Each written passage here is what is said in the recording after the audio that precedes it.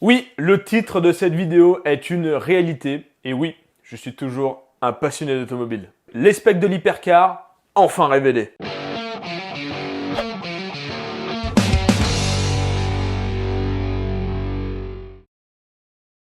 Salut à tous, on est parti, ça y est, le projet hypercar se précise. Vous allez savoir ce que j'ai prévu en termes de performance. Vous le savez, le projet est sponsorisé par Dassault Systèmes. Cocorico, on pose le paquet sur la table. Dassault, c'est les constructeurs d'avions de chasse. Rien que ça. Et ils ont vu juste pour collaborer avec le projet hypercar. Dassault Systèmes, c'est la partie logiciel professionnel pour la conception et la modélisation 3D. Ils ont notamment les logiciels CATIA et SolidWorks, qui sont très connus dans le domaine. Ils proposent aussi de la gestion de projet avec la 3D Experience. L'outil parfait pour réaliser notre avion de chasse de la route, l'hypercar. Tout le projet sera réalisé sur la 3D Experience, gestion du planning, gestion des tâches et surtout la modélisation 3D sur SolidWorks. Si vous êtes professionnel et que vous souhaitez gérer votre projet collaborativement, oui, ce mot existe bel et bien, c'est l'outil parfait. L'intérêt de la 3D Experience, c'est sa flexibilité. Vous pouvez ajuster votre espace comme bon vous semble. Et si vous n'êtes pas professionnel, vous pouvez aussi profiter de l'offre Maker qui donne notamment accès à SolidWorks pour à peine 10 balles par mois. C'est hyper intéressant. Vous pouvez avoir accès aux mêmes outils que les mecs qui font des avions de chasse. C'est la classe quand même. Tous les liens sont en description de la vidéo. Ouais, non mais les sponsors pour les vidéos hypercar, ils ne bloquent pas là. Hein. C'est vraiment du lourd. Alors pourquoi les caractéristiques de la voiture ont été floues du début de la cagnotte, en octobre dernier, à aujourd'hui? Eh bien parce que pour déterminer les specs d'un projet comme ça, il faut un budget. La thune encore une fois. À la base, je demandais 75 000 balles, j'en ai eu 300 000. Bon, on va pas rester sur les mêmes specs qu'à 75 000 du coup. Le but n'est plus le même. Le premier truc qui était sûr, c'était que le châssis allait être en carbone, comme les meilleures voitures de ce monde d'ailleurs. Et ça, c'était sûr au moment où la cagnotte a dépassé les 200 000 euros. C'était l'objectif carbone à 200 000. Puis à la fin de la cagnotte, c'est presque 300 000 de récolté. À partir de là, j'aurais pu m'arrêter là et me tenir à l'objectif de base, à savoir un ratio poids-puissance de 2 kg par chevaux. C'était déjà cool, c'était comme une McLaren F1, ça se respecte quand même. Sauf qu'ici, chez Benjamin Workshop, on est là pour repousser les limites et donc j'ai décidé de revoir à la hausse les objectifs et les performances. Je vais faire une hypercar électrique. Bouh, mais c'est scandaleux, bouh! Rien de scandaleux et je vais vous prouver que ce choix est justifié, loin d'être débile et surtout qu'il n'enfreint pas ma passion de l'automobile. Déjà, premièrement, l'argument de l'écologie ne tient pas. Je ne suis pas écolo à proprement dit. Une hypercar, l'écologie, vous rigolez ou quoi? Dans tous les cas, ces deux mots, ils ne vont pas ensemble. Je ne suis pas pour un parc automobile à 100% électrique, mais je ne suis pas non plus pour le 0%. Et je suis encore moins avec les soi-disant écolos qui oublient trop souvent un truc, le bon sens technique, où qu'il est. L'hypercar électrique, c'est avant tout un défi technique et c'est ce qui m'anime. L'hypercar électrique, c'est de la performance. Vous n'avez même pas idée, on y reviendra plus tard. Et enfin, l'hypercar électrique, c'est stratégique. Pourquoi? Eh bien, dans le lancement d'une nouvelle marque et surtout dans l'automobile en ce moment, je vous rappelle quand même que c'est l'objectif ultime. Il faut suivre les tendances et les nouveautés. Aujourd'hui, on nous rappelle toutes les 30 secondes que le thermique, c'est pas bien et qu'il faut vite passer à l'électrique pour polluer moins et surtout polluer ailleurs.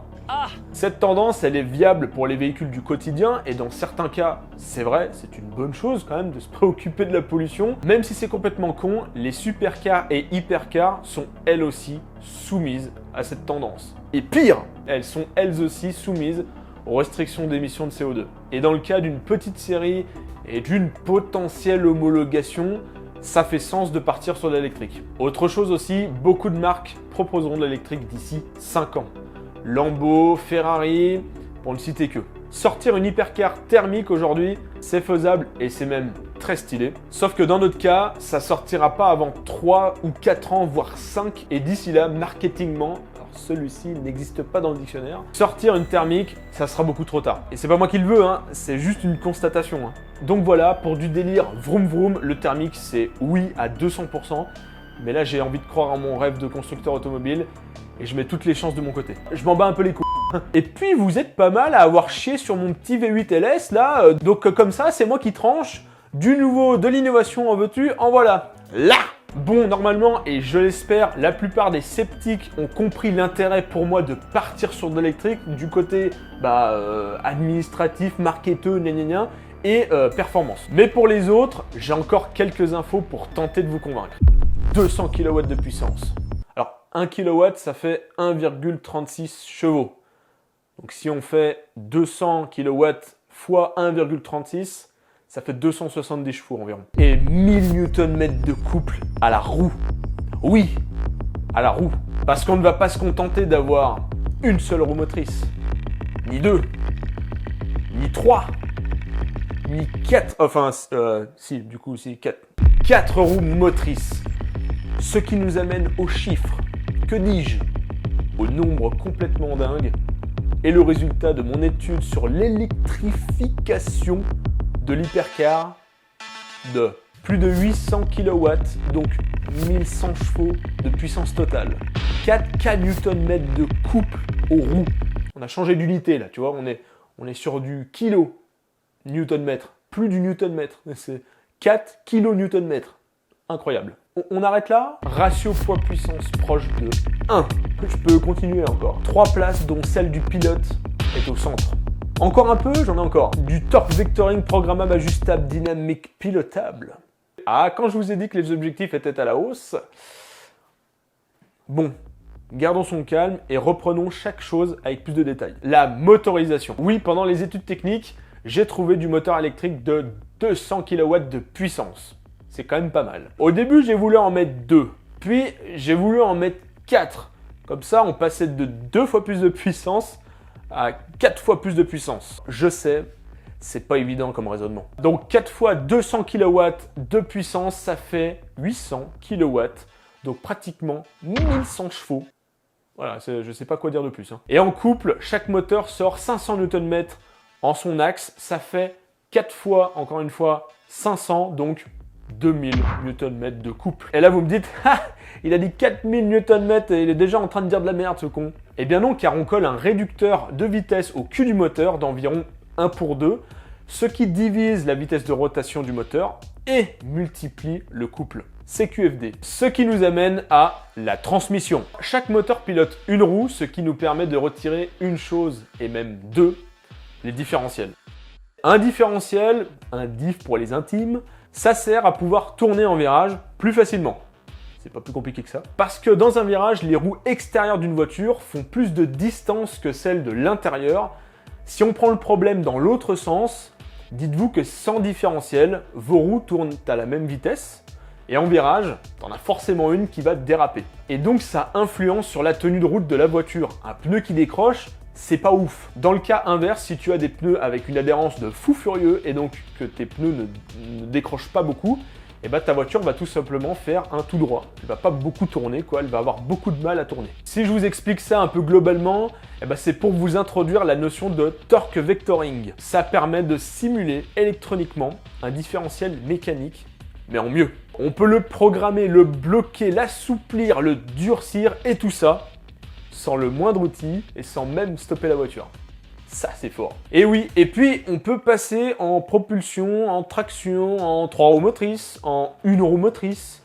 Bon, ça sert pas forcément à quelque chose, mais c'est faisable. En gros, c'est une transmission dynamique modulaire. On fait ce qu'on veut avec.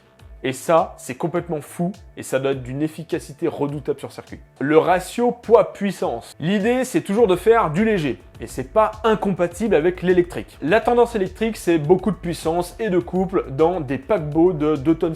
Voilà. Optimisation, dragster, ligne droite, les virages, ça n'existe pas. Ça, c'est pas mon but. Moi, je préfère rester autour de la tonne. Et comment c'est possible, me direz-vous? Eh bien, avec une batterie légère. Et comment c'est possible, une batterie légère? Eh bien, en la faisant plus petite. Et comment c'est possible de la faire plus petite? Eh bien, en réduisant l'autonomie. Oui, en consommation mixte à usage normal, je vise les 250 bornes. L'idée, c'est de faire une machine à sensation sur piste, et pour ça, il faut limiter les masses. Et puis, moins on est lourd, moins il faut d'énergie pour bouger, moins d'énergie égale moins de batterie. La boucle est bouclée, avec ça, on peut titiller le rapport poids-puissance de 1, et donc autant de chevaux que de kilogrammes. Alors ces specs, elles sont affolantes, pas vrai? Et pourtant, elles sont bien possibles, et c'est dans cette direction que nous allons avec cette hypercar. Ça va être complètement fou. Certains vont croire que ça va tuer l'esprit de la chaîne YouTube et qu'il va y avoir beaucoup moins de mécanique. Bah oui, une voiture électrique, c'est bien connu, il y a moins de mécanique. Sauf que non, pas du tout. Il y a des trains roulants, des suspensions, des transmissions, il y en a même 4 transmissions, un circuit de refroidissement, des radiateurs, de l'huile, des filtres. Donc non, c'est pas parce que la voiture est électrique qu'il n'y a plus une seule goutte d'huile. C'est pas magique l'électrique, enfin pas encore. Je dirais même qu'il y aura énormément de mécanique, plus de développement et plus de conception. Il y aura surtout du nouveau pour vous et pour moi aussi.